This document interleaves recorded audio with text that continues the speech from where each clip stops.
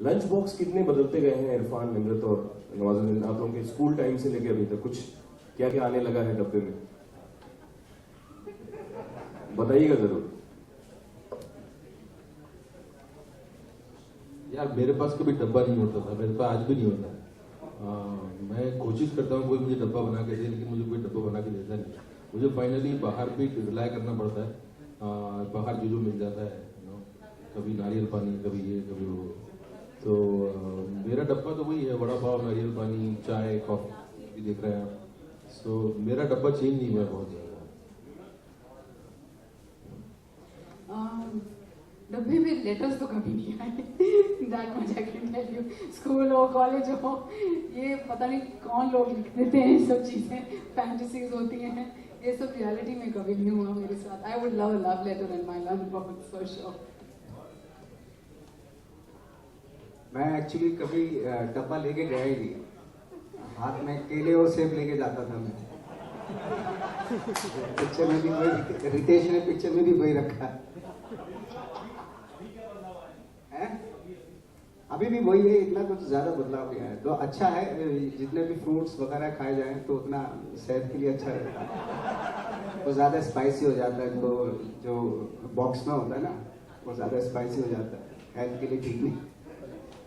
Okay, we'll take a few last questions and we'll round up the round. Irfan, Shwetab से आपसे जानना चाहेंगे कि क्या आपकी फिल्म लंच बॉक्स ने विदेशों में शाहरुख खान की फिल्म से ज्यादा बेहतर कारोबार किया, ऐसा मैंने पढ़ा था, क्या ये सच है? विदेश में इसका कलेक्शन किसी शाहरुख खान की रिलीज से बेटर है, ऐसा सच है? देश का इलेक्शन, विदेश में फिल्म का कलेक्शन किसी शाहरुख खान की रिलीज से बेहतर रहा है?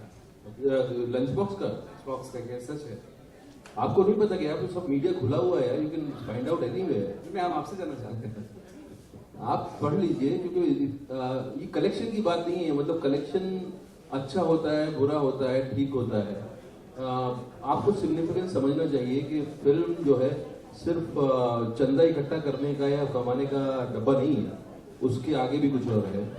और फिल्म ने जो अचीव किया, जैसे कि मैंने पहले बताया आपको, कि पहली फिल्म ऐसी है जो कि फॉरेन मार्केट में फॉरेनर्स के लिए रिलीज हुई है और वहाँ लोगों को एंटरटेन किया है, उनको एंगेज किया है एज एन इंडियन फिल्म, और ये बहुत बड़ा सिग्निफिकेंस है।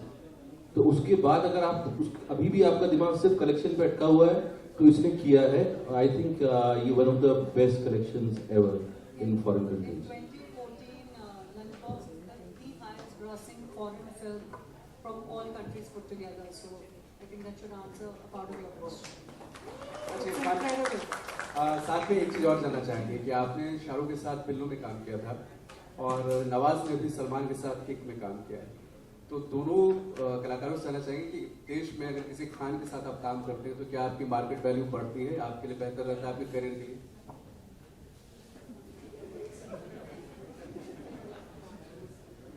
मेरा एक्सपीरियंस बहुत अच्छा था। सलमान ने, शाहरुख ने जो मुझे पहले बुलाया और जिस तरह से हमारी मीटिंग हुई, उसने पहले दिन से क्लैरिटी थी उसको कि क्या फिल्म बनानी है और किस तरह का फिल्म का पोजीशनिंग होगी और क्या फिल्म होगी, और वो थ्रू आउट उतना ही ऑनेस्ट और उतना ही अर्नेस्ट रहा फिल्म के लिए। And he treated that film as his own film, जबकि he was playing not the lead character, but उसकी ईमानदारी और उसकी जो इंटीग्रिटी थी फिल्म के लिए वो वैसी ही रही और उसने उसी तरह सपोर्ट किया फिल्म को। And I had a great experience working with him. Her film से जैसा फायदा होता है, हर फिल्म आपको कुछ ना कुछ एक्सपीरियंस देके जाती है, एक नई दुनिया दिखा के जाती है, कुछ नए किरदार के बारे में आपको पता चलता है, नई टीम से आप मिलते हैं, नई जगहों पे जाते हैं, नया एक्सपीरियंस होता है ऑडियंस को, यही फायदा होता है।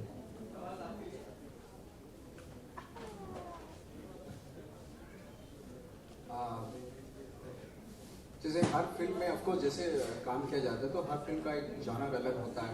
जैसे कमर्शियल फिल्म है, जिस तरह की मैंने फिल्म की और वो उसमें अलग तरीके से काम करना पड़ा एक्टर को, तो एक्टर के लिए सबसे बड़ा चैलेंज और सबसे बड़ा फायदा यही होता है जब वो अलग अलग डिफरेंट जॉनर्स में काम करता है। तो एक तो सबसे बड़ा फायदा ये है, और दूसरा फायदा मुझे इस फिल्म से करने से अभी तक होगा, तो डेफिनेटली मैं ऐसी होप कर रहा हूँ कि मेरी जो आने वाली छोटी फिल्में हैं उनको फायदा होगा। I have a question for Ritesh. My question is that, you know, you put together this absolutely beautiful film which is cut across countries and, you know, different people on the planet. What do you have next? Because for you to have made this path-breaking film is really something. I think the story, the uniqueness of the characters have really stood out at the world platform. And I think that's a point Irfan was also making, that at a world platform, to have a film like this, you know, $14 million is really something we should be very proud of. So what's next for you, Ritesh? Well, you know, when a film succeeds, when a film fails or a film succeeds, the director gets more credit than he deserves.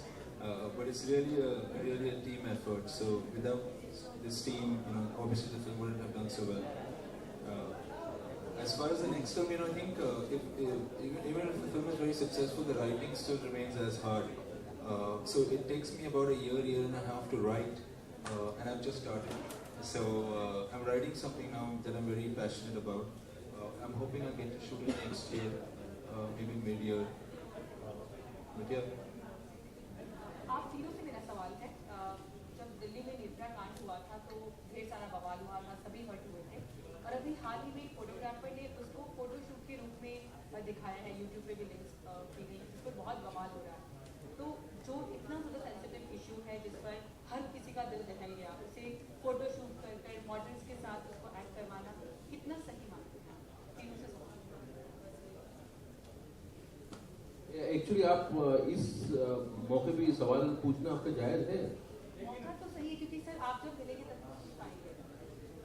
नहीं, लेकिन ये DVD के release नहीं, reaction reaction कर देते हैं, बिल्कुल मैं रिएक्ट करने में कोई प्रॉब्लम नहीं है। लेकिन क्या है ना कि वो एक आतुरता जो है, हर जगह कोई ना कोई स्टोरी मिल जाए, हर जगह कुछ ना कुछ एक यू नो कंट्रोवर्शियल कुछ चीज मिल जाए, वो एक जो टेंडेंसी है वो तो सबको पता है। मैं डेफिनेटली ये बात करना चाहूँगा, एक जो फ्रीडम ऑफ स्पीच की बात करते हैं लोग, उसके प्रोज कॉन्स दोनों हैं, और वो फ्रीडम ऑफ स्पीच को हर जिस तरह से यूज किया जाता है उसका एक रूप ये है कि हम तो रिपोर्ट कर रहे हैं, हमारा धर्म रिपोर्ट करना है, लेकिन आप मशीन थोड़ी हो गए हो, आप कंप्यूटर थोड़ी हो, और जब आपको रिपोर्ट करना होता है तो उसमें एंगल होता है। वो कहां से आता है एंगल? वो न्यूट्रल नहीं होता है, और न्यूट्रल रिपोर्टिंग कभी हो नहीं सकती है, वो आपकी सब्जेक्टिव रिपोर्टिंग होती है हमेशा।